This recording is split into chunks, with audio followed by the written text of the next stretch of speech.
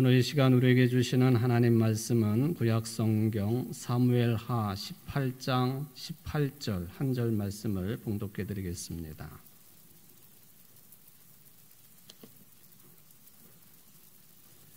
압살롬이 살았을 때에 자기를 위하여 한 비석을 마련하여 세웠으니 이는 그가 자기 이름을 전할 아들이 내게 없다고 말하였음이더라. 그러므로 자기 이름을 기념하여 그 비석에 이름을 붙였으며 그 비석이 왕의 골짜기에 있고 이제까지 그것을 압살롬의 기념비라 일컫더라. 아멘. 이는 하나님의 말씀입니다. 하나님께 감사합니다. 오늘도 예배당에 나와 예배를 드리는 여러분들, 또 어쩔 수 없어서 가정에서 예배를 드리는 모든 성도들에게 하나님이 주시는 평강이 함께 하시기를 주의 이름으로 축원을 드립니다.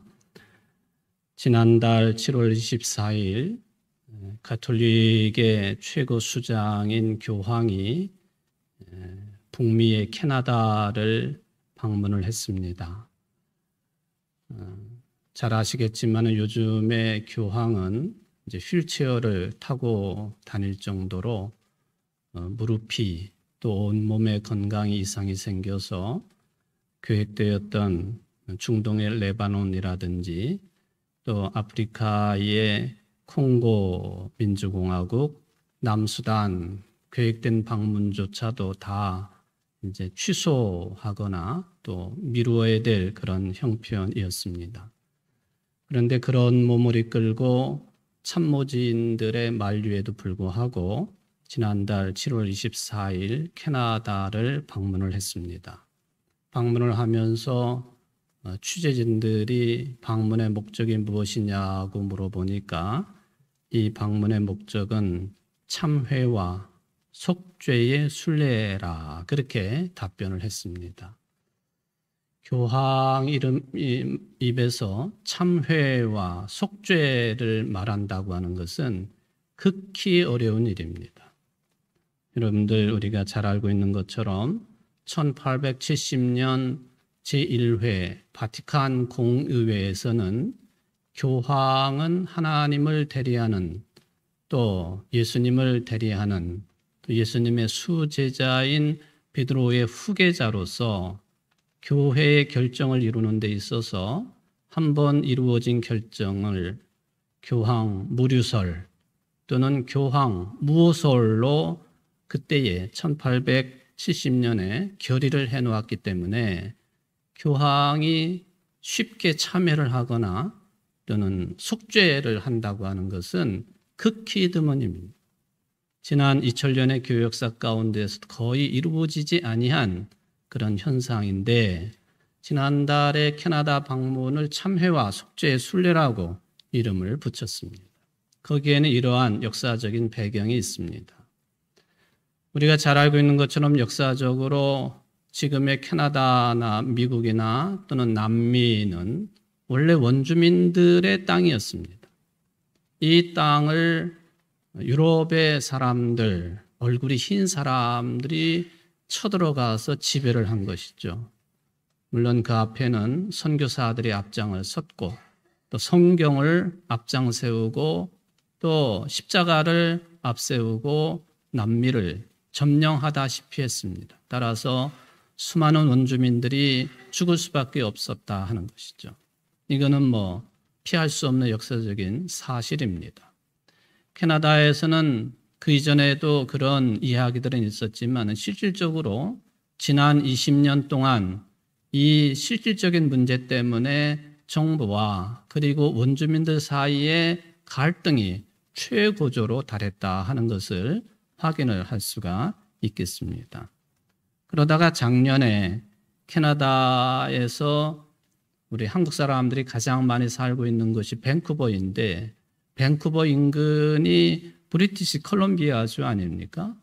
그런데 이 지역에서 원주민들을 가르치는 이 기숙학교 터에서 그것도 4곳에서 3살부터 16살 사이의 원주민들 아동 유해가 1200구 넘게 발굴이 된 거예요.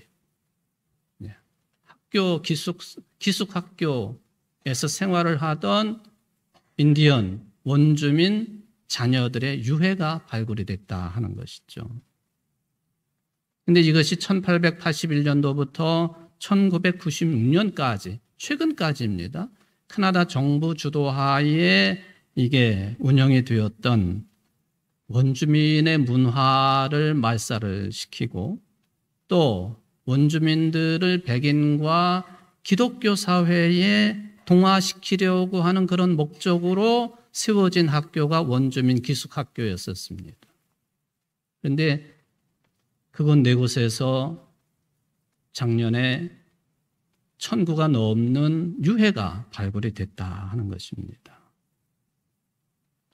그 학교의 70%를 어느 교단이 운영을 했느냐 하면은 가톨릭 교단에서 운영을 했습니다.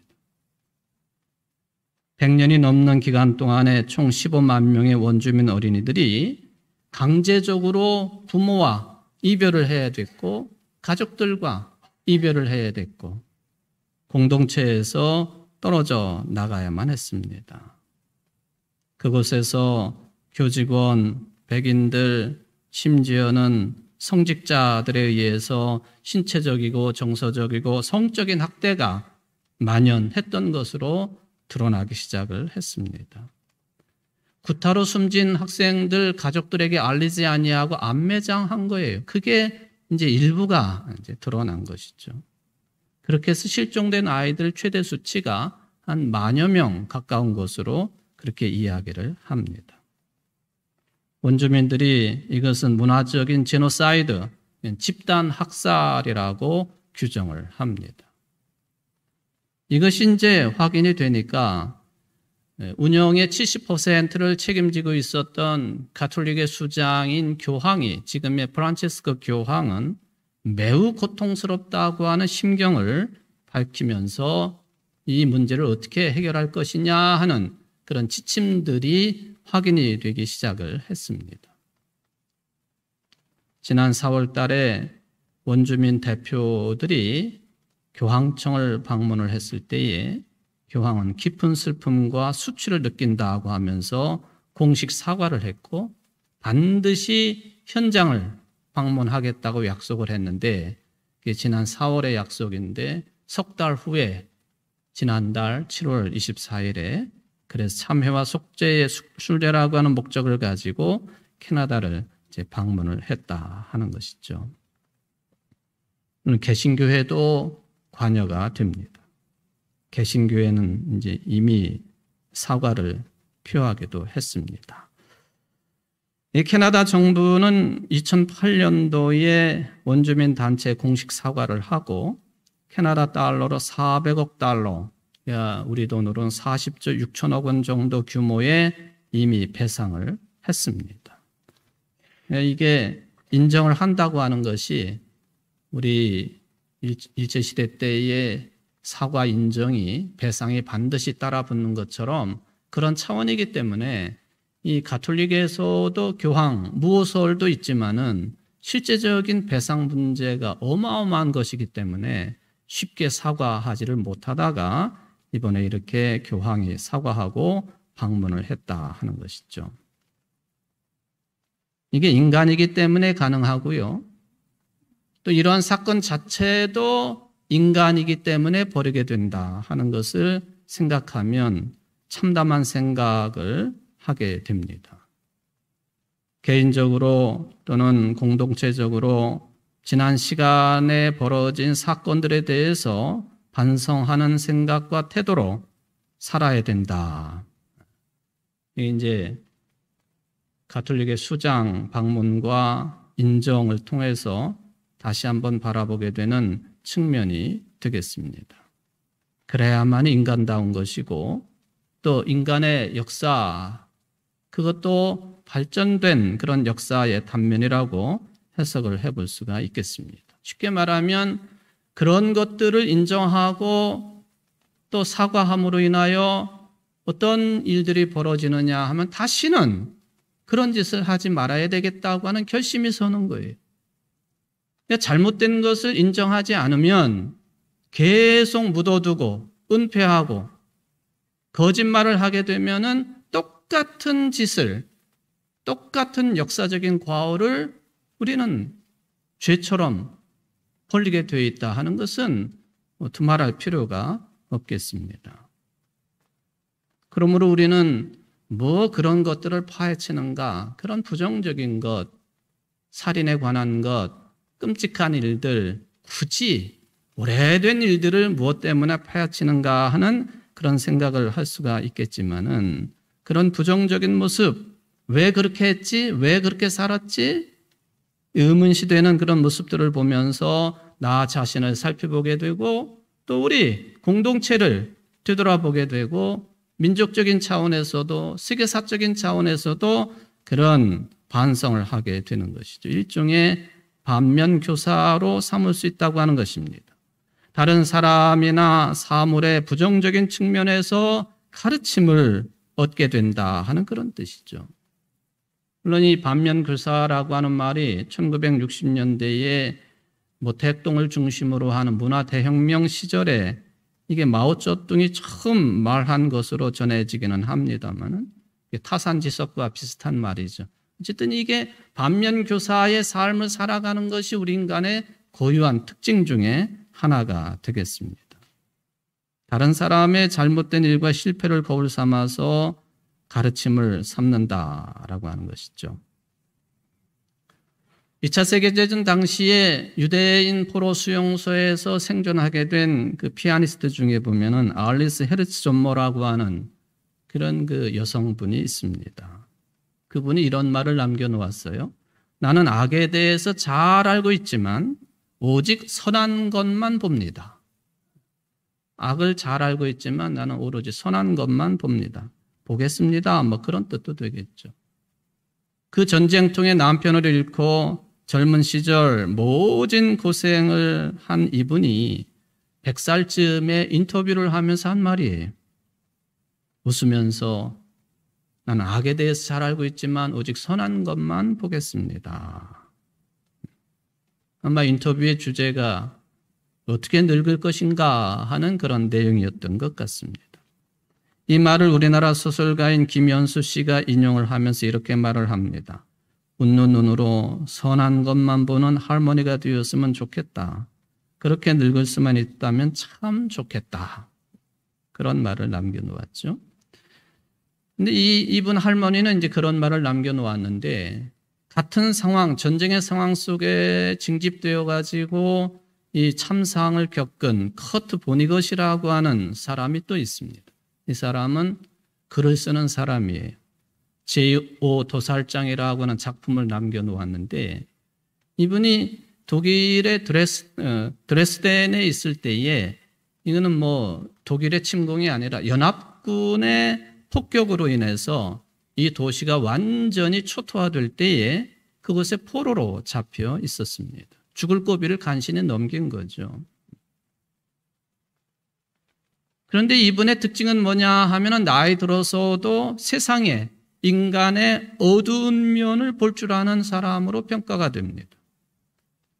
물론 일부러 보는 것은 아니지만 세상에 자연스럽게 퍼져 있는 어두운 면을 보는 인물로 대표적으로 꼽힙니다.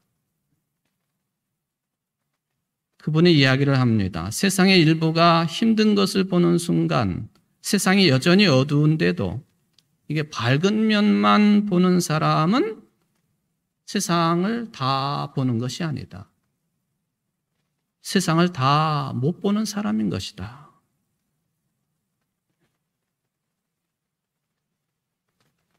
가장 잘못된 삶의 방법은 보고 싶은 것만 보는 것이다.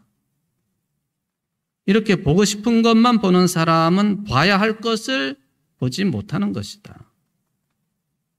우리가 보기 힘든 것에도 눈 감지 아니하고 봐야 할 것을 보는 사람만이 그 삶의 진실에, 인생 삶의 역사의 진실에 가까이 다가갈 수 있는 인물이 되는 것이다.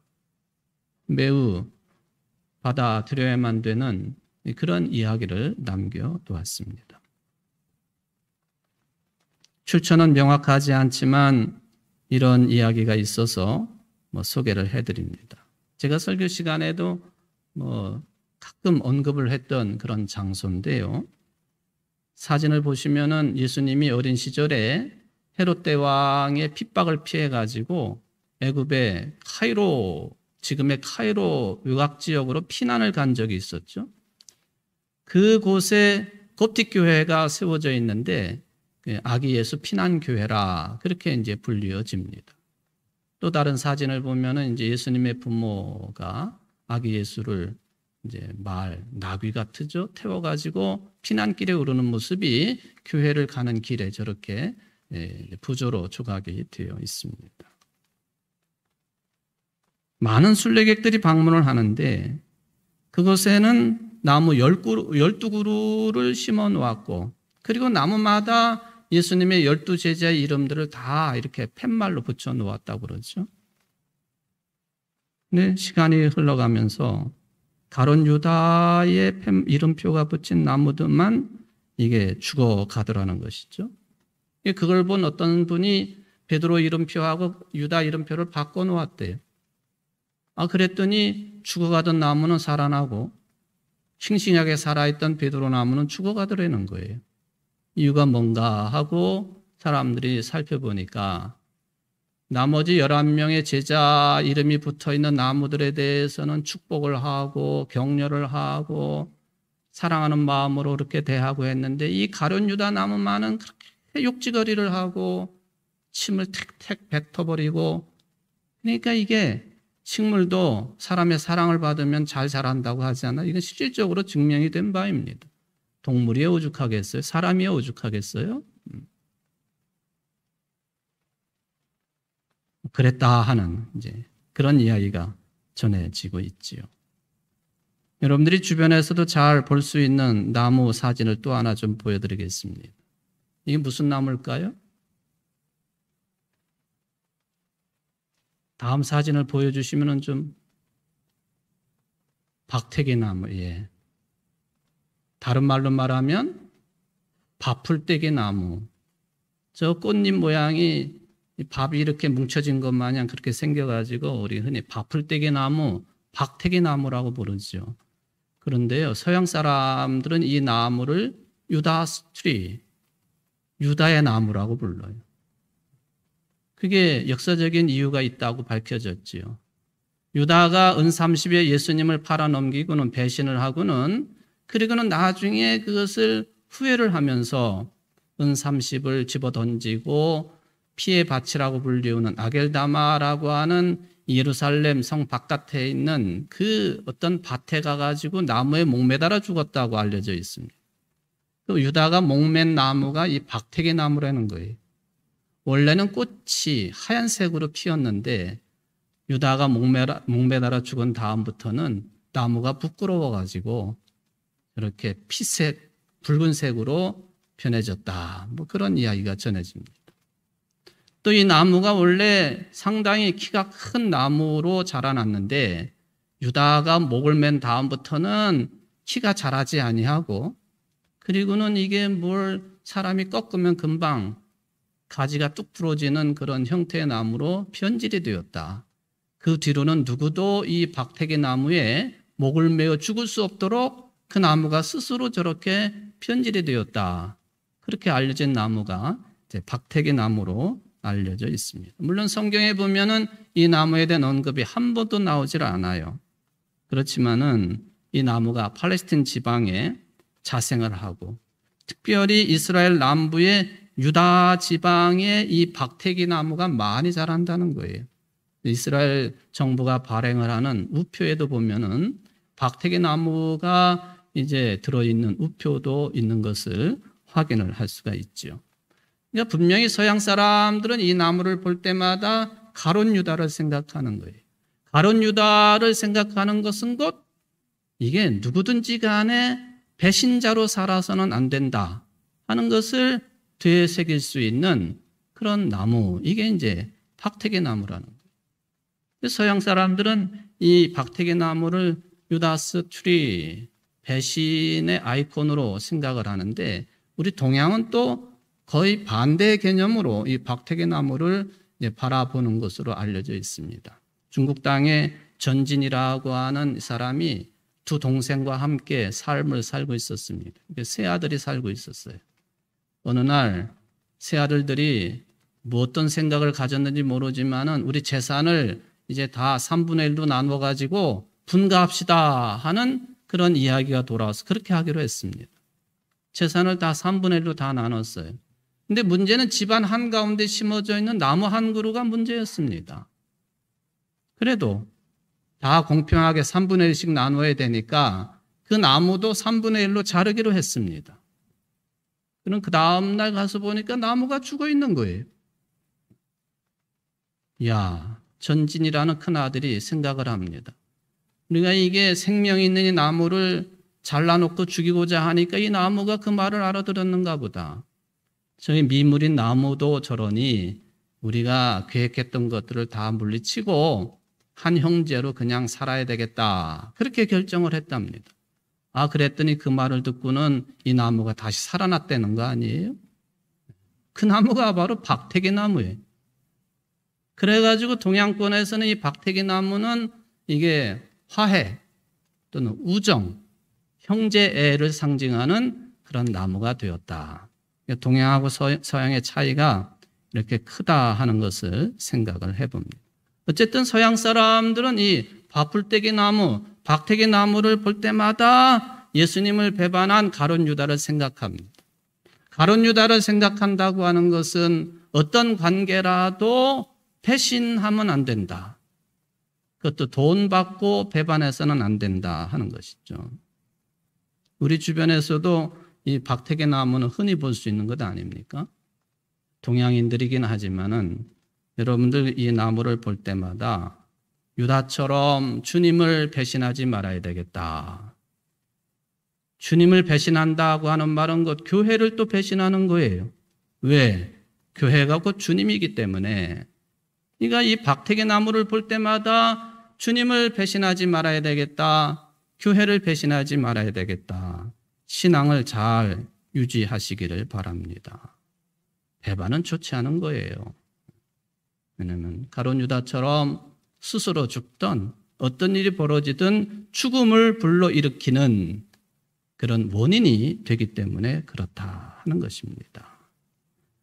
더욱이 교회의 배반, 또 더 크게는 신앙의 배교는 평생 따라붙습니다. 본인 자신도 그렇고 후손들에게도 따라붙는 역사적인 흔적입니다. 예수님의 흔적인 스티그마가 되지 아니하고요. 아주 부끄러운 흔적으로 남는다는 거예요. 왜냐하면은 교회의 역사라고 하는 것은 계속되는 거예요. 주님 오실 때까지. 신앙의 역사는 더 말할 나위가 없겠습니다. 이처럼 어떤 사물이나 살아있는 존재들을 보고 아, 나는 그렇게 살지 말아야 되겠다. 또는 반면에 이렇게 살아야 되겠다라고 생각을 정리하고 삶을 돌아볼 수 있는 이런 것들이 우리 주변에는 참 많습니다.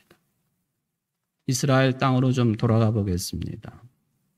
이스라엘 광야에 가면은 이제 마지막으로 로마가 이스라엘을 침공해가지고 멸망을 시켰죠.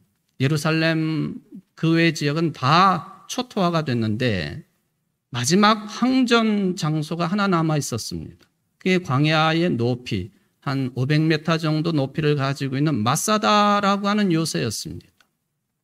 지난 성지순례 때 그것을 가기로 했는데 바람이 많이 불어가지고 이 케이블카가 운영 안 되는 바람에 못 갔어요. 대신에 다윗이 숨었던 엔게디 동굴을 대신 방문을 했습니다만은 이 마사다 요새 유명한 곳이죠. 최후의 항전을 벌였던 곳입니다. 열심당원을 중심으로 하는 그런 967명의 사람들이 거기서 몇 년 동안을 이 로마의 침공에 버팁니다. 이게 이 사람들이 뭐 대부분이 여성들이고 어린아이들이고 전쟁을 수행할 수 있는 또는 게릴라전을 할 수 있는 남성들은 소수였지만 소수지만은 열혈당원들이라 이 가슴에 칼을 품고 다니는 민족의 독립을 위해서는 무력도 불사하는 사람들이거든요. 이 사람들이 예루살렘이나 로마가 지배하고 있는 곳곳에 가가지고 게릴라전을 벌입니다. 눈엣 가시예요. 로마가 이곳을 점령하기 위해서 몇 년을 기다리다가 마지막에 선택한 방법이 뭐였느냐 하면은 저 바깥에서부터 낮은 곳으로부터 이게 흙산을 쌓는, 토산을 쌓아가지고는 그 마지막 높이를 마사다 요새까지 쌓아놓은 거예요. 그것을 통해 가지고 들어가 보니까 이게 다 죽어 있어, 다. 하수구나 우물 같은 데 숨어있는 어린이 5명하고 어른 2명만 살아있어요. 자초지종을 캐물었더니 이렇게 죽었다라고 알려집니다. 어떻게 죽었는가? 이게 율법에도 그렇고요. 성서정신은 살해를 하거나 자살은 철저하게 금하는 것 아닙니까? 그러니까 결혼한 남자들이 먼저 자기의 가족들을 다 죽이는 거예요. 그리고 살아남아 있는 그 남자들 중에 10명을 뽑아가지고 나머지 남자들을 다 죽이는 거예요. 그리고는 그 10명 중에 추첨을 통해 가지고 한 사람만 남기고는 그 한 사람이 나머지 사람들을 다 죽이는 거예요. 그 한 사람이 마사다 요새에 불을 지르고 그리고는 어쩔 수 없이 자살을 해서 967명이 다 죽은 거예요. 물론 이제 아까 말한 7명이 어떻게 살아남기는 했습니다만. 이 때문에 이 마사다는 유대인들에게는 예루살렘 다음 가는 성지가 되었습니다. 유대인들의 민족 정신을 상징하는 성지가 되었다는 것이죠. 지금도 육해공군을 망라하고 장교 훈련을 받고 임관을 하려면 반드시 마사다 요새를 방문을 해요. 방문해 가지고 외칩니다. 마사다는 다시 함락되지 않을 것이다. 다시는 우리 민족이 이런 민족적인 아픔을 당하지 않도록 우리의 본분을, 국민으로서의 본분을 다하기로 다짐하는 아주 유명한 장소입니다.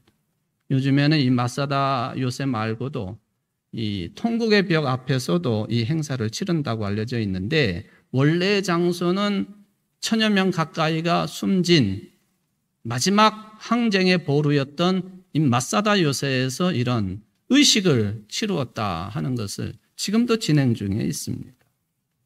마사다 요새는 볼 때마다 다시는 이런 아픔을 겪지 않기로 1000여 명 가까운 사람들이 자살을 하고 목숨을 끊었던 그런 부정적인 거리끼는 장소이지만 그 장소를 통해서 앞으로 어떻게 살 것인지를 다짐하는 그런 희망의 장소가 된다는 것이죠. 오늘 본문과 관련된 내용도 비슷하게 해석해 볼 수가 있겠습니다. 예루살렘 동쪽에 보면은 골짜기가 하나가 있는데 기드론 골짜기라고 이름이 붙어 있습니다. 오늘 18절 본문에 보면은 그것을 다른 이름으로 왕의 골짜기라고도 부릅니다. 사진을 보시면 금방 알 수가 있어요. 지금 저 사진은 예수님의 겟세마네 동산이 포함되어 있는 감람산, 올리브산에서 예루살렘 도성을 쳐다본 사진입니다. 황금 도미, 이슬람교 모스크가 저기에 떡하니 자리 잡고 있죠. 저 황금동과 지금 사진 찍은 자리 그 사이의 골짜기가 기드론 골짜기입니다. 왕의 골짜기라 하는 것이죠.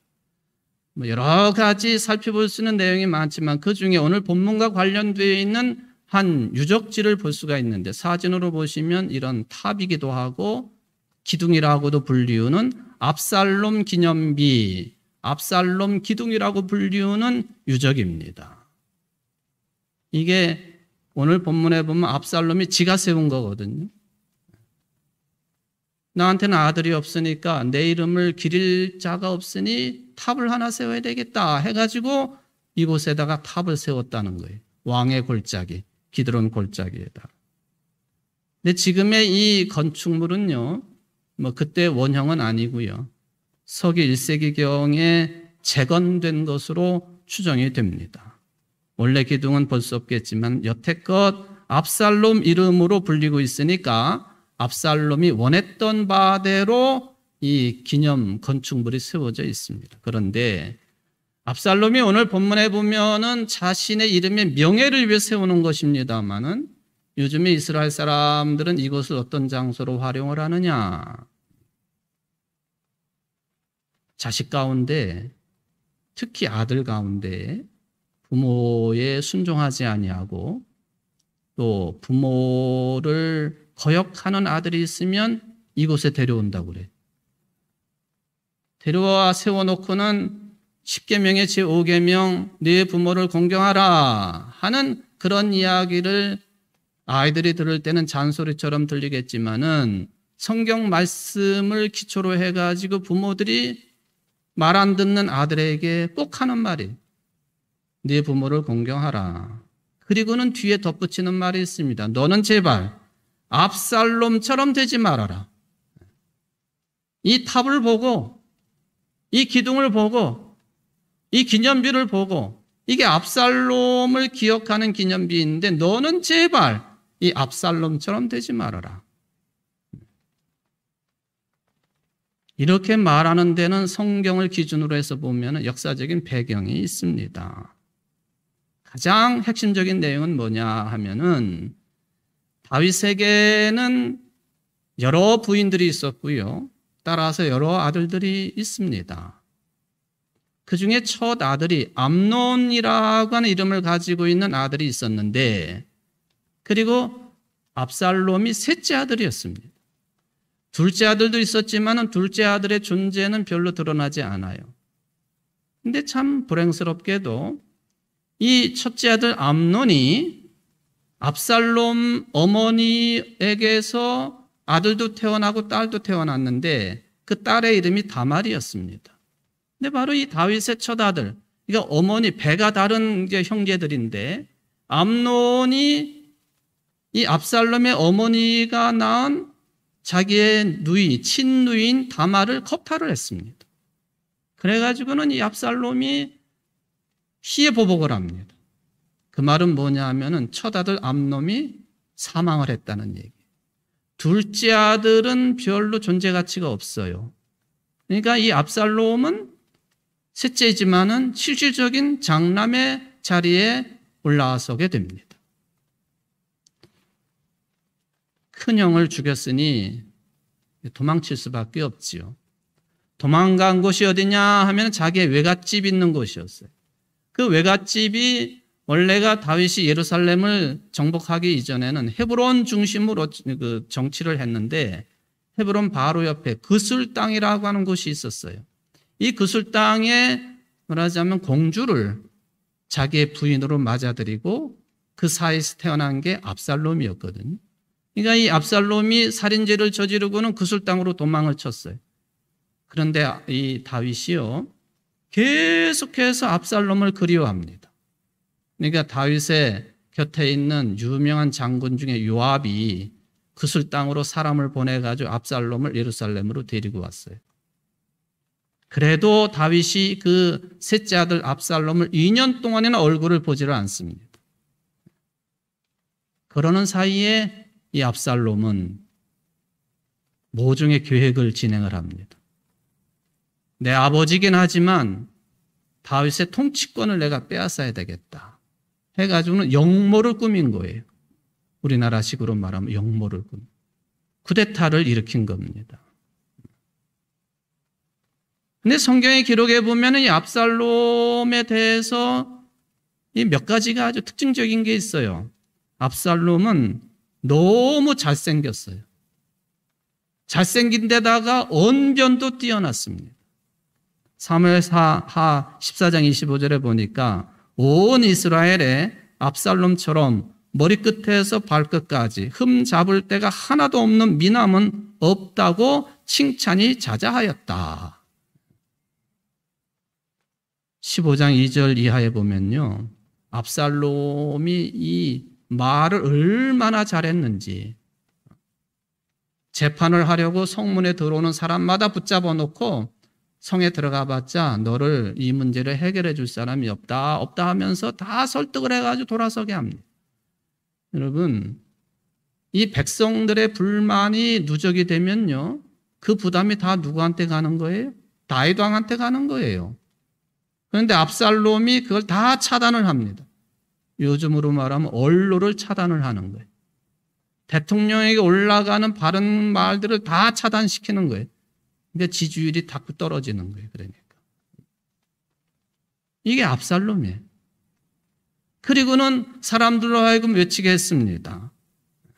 누가 나를 이 나라의 재판관으로 세워주기만 한다면 누구든지 소송 문제가 있을 때 나를 찾아와 가지고 판결을 받을 수 있을 것이고 나는 그에게 공정한 판결을 내려줄 것이다. 어떤 사람이 유명세를 타고 자기 앞에 와서 엎드려 절을 하면은 이렇게 세워주고 뺨에 입을 맞추고,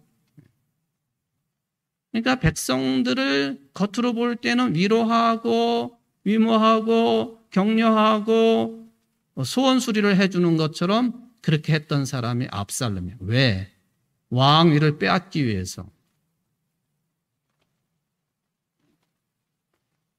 저는 압살롬의 이 기록을 보면서요, 얼마 전 설교 시간에 제가 이민찬 군의 이 리스트의 초절정 기교 그 연습곡에 관한 동영상도 보시고 하셨는데, 리스트라고 하는 사람이 생각이 났어요.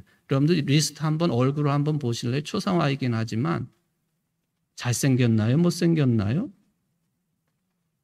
그 당시로 보면 엄청난 미남입니다. 여자들도 엄청나게 많았어요. 바람기가 충만했던 사람이에요. 근데 본인도 그렇지만은 저 얼굴을 여자들이 그냥 두지를 않았어요. 이 사람 저 사람 그냥 애도 많이 낳고 뭐 하여튼 피아니스트 작곡가로서의 유명세도 있었지만은 그런 쪽으로도 유명세를 탄 사람이었다. 체르니 몇 번이라고 하는 그 피아노 교본이 있잖아요. 체르니한테 배운 사람이에요. 체르니한테. 또 모차르트랑 관련이 있는 이 살리에르라고 하는 사람한테도 배운 사람이에요. 베토벤을 직접 만나기도 했습니다. 이 사람이 연주만 하면요, 여성들이 구름대처럼 몰려와요. 요즘에 뭐 우리나라 케이팝 아이돌 이상 가게끔 그때 당시에 저렇게 여성들이 모여가지고 피아노 치는 거 환호성을 지르고, 제가 사진을 미처 오늘 준비를 못했는데요. 어떤 그 그림에 보면은 그냥 리스트가 연주를 하면은 거기다 대고 막 보석을 막 집어던지고, 이전에 우리나라 어떤 여자 대학교에 외국의 가수가 와서 공연을 했더니 팬티까지 막 벗어 던져서 그랬다고 그러지 않아요? 뭐 그렇게 했는지까지는 모르겠지만 보석을 집어 던지고 뭐 난리가 나요. 팬덤이 이미 그때 구성이 되었다. 그렇게도 볼 수가 있습니다. 그런데 이 리스트는 10대 때 결심한 게 하나 있어요. 내가 성직자가 된다. 그래가지고 나이 들어가지고는요, 가톨릭의 신부가 되기 위해서 이 어거스틴 수도회에 입회를 합니다. 성직자, 신부가 되기 위해서. 1863년도입니다. 가톨릭에서는요, 1965년까지 3년 동안 있었던 아까 제1차 바티칸 공회를 말씀을 드렸는데, 이때가 제2차 바티칸 공회거든요. 가톨릭의 종교개혁 정신을 일으킨 때가 이때입니다. 이때 신부가 되려면은 이품만 받으면 돼요. 부제품을 받고 사제품만 받으면 되도록 결정이 됐는데, 그 이전까지는 7단계를 거치게 돼 있었습니다. 수문품, 강경품, 구마품, 치종품, 차 부제품, 부제품, 사제품, 이렇게 7단계를 거쳐야 마지막 신부가 되는데, 리스트는 4단계까지만 거칩니다. 시종품까지. 그러니까 정식 신부는 아니고 요즘으로 말하면 수사, 남성 수도사 정도로 끝내고 말았어요. 그리고는 수도원에 살지 않고 바깥에 살았습니다. 술도 많이 마시고 담배도 많이 피우고 여성들과 계속해서 재밌게 지내고. 리스트에 압살롬을 저는 생각하다가 리스트가 갑자기 생각이 났어요. 생기기도 잘생기고. 그런데 압살롬이 잘생긴 데다가 그때는 잘생긴 것 기준에 하나가 머리카락이 치렁치렁해야 되거든요. 다윗 왕을 대상으로 전쟁을 벌이다가요, 노새를 타고 어느 큰 나무 밑을 지나가다가는 이놈의 긴 머리카락이 그 나무까지 휘청하고 감기게 됐어요. 그러니까 노새는 떠나가 버리고 몸만 대롱대롱 매달려 있을 때에 다윗의 장군이 창을 3번이나 던져가지고 심장을 꿰뚫어서 이 압살롬을 죽입니다. 이 소식을 다윗이 들었어요. 다윗이 듣고는 오늘 이제 설교 제목이 그렇게 되어 있습니다만 제가 좀 줄여서 이렇게 표현을 한 거예요. 내 아들 압살롬아, 내 아들아, 내 아들 압살롬아, 너 대신에 차라리 내가 죽을 것을 압살롬아, 내 아들아, 내 아들아 하면서 다락방에 올라가 가지고 처연하게 울부짖습니다. 아니, 자기를 죽이려고 하고 왕위를 찬탈하려고 하는, 비록 셋째 아들이긴 하지만은 자기 목숨을 노리고 있는 이 아들이 죽은 거에 대해서 드러내놓고는 못하지만은 그냥 좋아해야 될 터인데 구슬프게 울부짖습니다. 저는 그 이유가 뭔가 생각해 봅니다. 그는 아들이 죽었다 하는 것도 있지만 이 아들의 죽음을 통해 가지고 다윗은 자기 자신을 본 거예요. 그가 옛날에 어떤 죄를 지었는가? 왕궁 옥상에 올라가서 이렇게 아래를 내려봤더니 우리아의 아들 밧세바가 목욕하는 것을 보고는 그 여자를 강제로 빼앗아다가 부인 삼아가지고 그 부인을 통해 가지고 솔로몬 왕이 태어난 것 아닙니까? 그렇지만 첫 아들이 난 지 1년 만에 죽습니다. 범죄의 결과이죠. 피를 많이 손에다 묻히는 왕이 되었습니다. 내 아들 압살롬아, 사랑하는 내 아들 압살롬아, 내 아들아, 내 아들아. 겉으로 보면은 그 이야기지만은 너 다윗아, 저 압살롬을 보니까 내가 생각이 나는구나, 그거예요. 그러니까 처연하게 울었다. 저는 그렇게 해석을 합니다. 약한 의지력 때문에 유혹을 참지 못하고 저지른 사건, 그게 살인이든 간음이든 어떤 일이라고 해도 다른 사람을 해친 죄값은 깊고 오래가는 법입니다.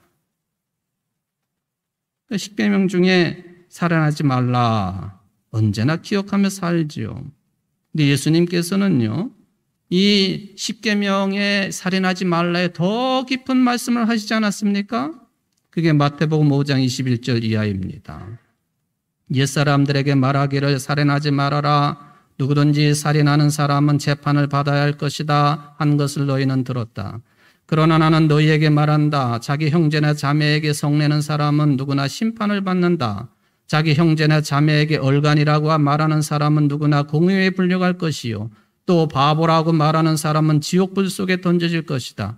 그러므로 내가 제단에 제물을 드리려고 하다가 내 형제나 자매가 내게 어떤 원한을 품고 있다는 생각이 나거든 너는 그 제물을 제단 앞에 놓아두고 먼저 가서 내 형제나 자매와 화해하여라. 그런 다음에 돌아와 제물을 드려라. 너를 고소하는 사람과 함께 법정으로 갈 때에는 도중에 얼른 그와 화해하도록 하여라. 그렇지 않으면 고소하는 사람이 너를 재판관에게 넘겨주고 재판관은 형무소 관리에게 넘겨주어서 그가 너를 감옥에 집어넣을 것이다. 내가 진정으로 너에게 말한다. 너희가 마지막 한 푼까지 다 갚기 전에는 거기에서 나오지 못할 것이다. 외경이 포함되어 있는 공동번역에 보면 집회서라고 하는 그 글이 있습니다. 거기에 보면 이런 말이 있어요. 무슨 일을 하든지 너희 마지막 순간을 생각하고 절대로 죄를 짓지 말아라. 말하자면 모든 언행에서 우리가 실수도 하고 죄도 지을 수 있지만 그럴 때마다 내 마지막 때를 헤아리면서 죄를 짓지 말고 살아라 하는 것이에요. 그런 차원에 보면은 인생사 모든 것이 인류 역사 모든 내용들이 포함되어 있는 성경의 기록은요, 우리들의 거울입니다. 성경을 보면은 그런 부정적인 내용 많이 들어있지만 그래도 읽어야 되는 것이 성경은 나에게 거울이요, 우리 공동체에게 거울이고 인류 역사의 거울이기 때문에 그렇습니다.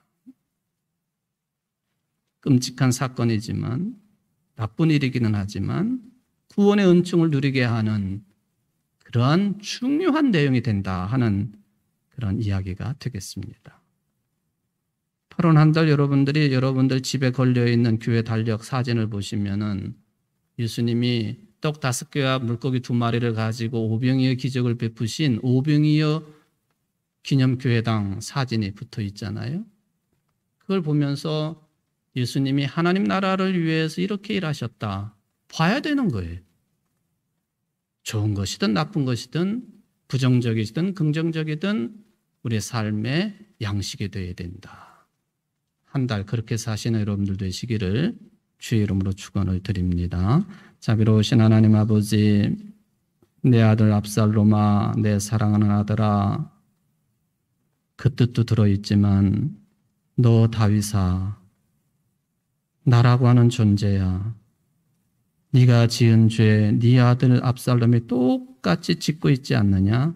그 말 아니겠습니까?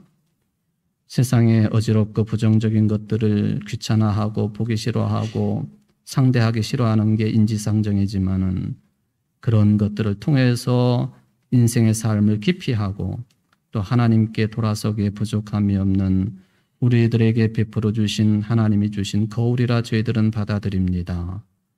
우리 한국, 우리의 역사 속에 얼마나 많은 일들이 벌어지고 있는지 귀찮아할 때가 너무나도 많이 있습니다. 주님, 회피하지 않도록 하옵소서. 부정적인 모습, 역사를 통하여 나 자신을 돌아보게 하시고 교회 공동체를 돌아보게 하시고 인류의 역사를 돌아보면서 하나님께 돌아서기에 부족함이 없는 우리 모두가 될 수 있도록 도와주옵소서. 우리는 모쪼록 하나님을 사랑하고 이웃을 내 몸처럼 사랑하기에 부족함이 없는 하나님의 자녀들, 성령의 사람들이 되기를 바랍니다. 우리 청주제일교회 성도들이 이런 성숙한 삶을 살아가기에 부족함이 없도록 성령 충만함을 허락하여 주옵소서. 예수님의 이름으로 기도하옵나이다. 아멘.